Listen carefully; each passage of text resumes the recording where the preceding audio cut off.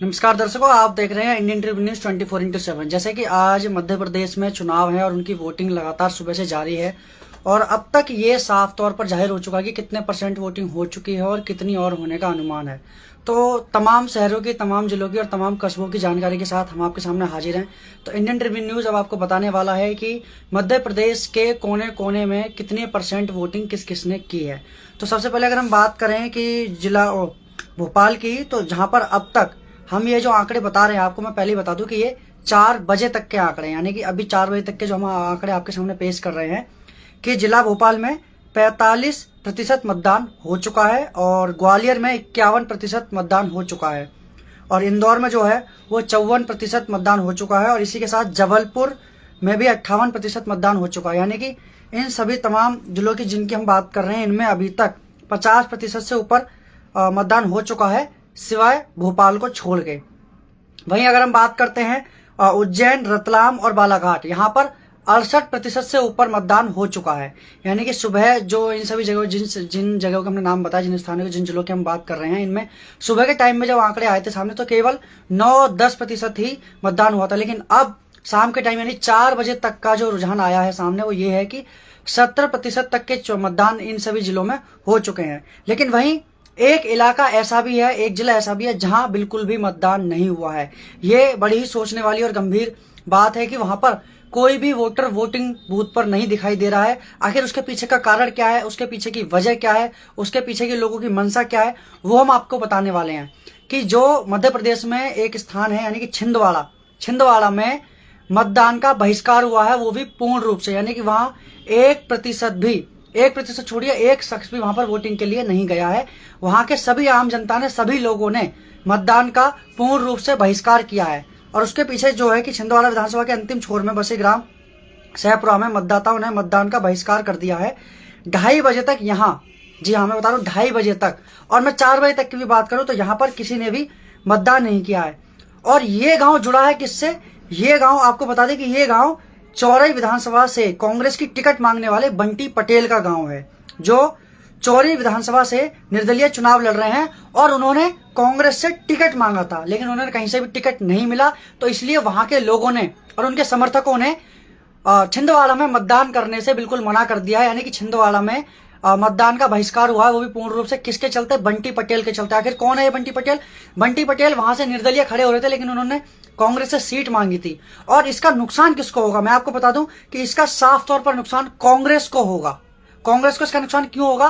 क्योंकि छिंदवाड़ा में, जहां की मैं बात कर रहा हूं, सहपुरा गांव की अगर मैं बात करूं, जहां के वो बंटी पटेल हैं जो टिकट मांग रहे थे, वो जो है वहां के जो लोग हैं वो तमाम सारे लोग उन्हीं को सपोर्ट करते हैं। और अगर कांग्रेस ने इनको टिकट दी होती अपने उस इलाके से, तो शायद सारे वोट जो हैं एक तरफा वोट पड़ते कांग्रेस को, क्योंकि वहां के सारे समर्थक बंटी पटेल के इर्द गिर्द ही रहते हैं, बंटी पटेल को ही सपोर्ट करते हैं। और बंटी पटेल जो निर्दलीय लड़ रहे थे, उन्होंने टिकट मांगा था कांग्रेस से, कांग्रेस ने उनको टिकट नहीं दिया, जिसकी वजह से वहां वोटिंग नहीं हो रही है। अगर कांग्रेस ने उनको टिकट दिया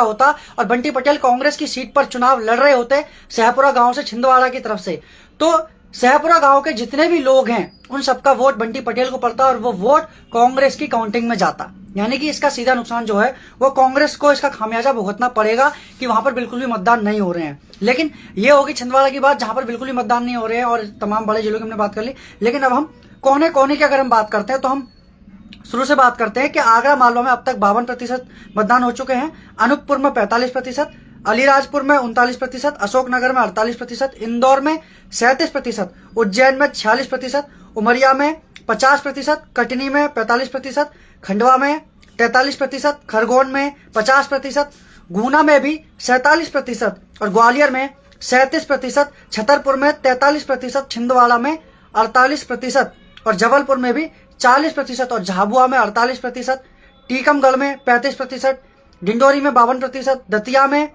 44%। दतिया में आपको बता दूं, दतिया वही है जहां से नरोत्तम दास का एक बयान मतलब वायरल हुआ था, जो उनका एक विवादित बयान उनको एक तरीके से कहा गया था।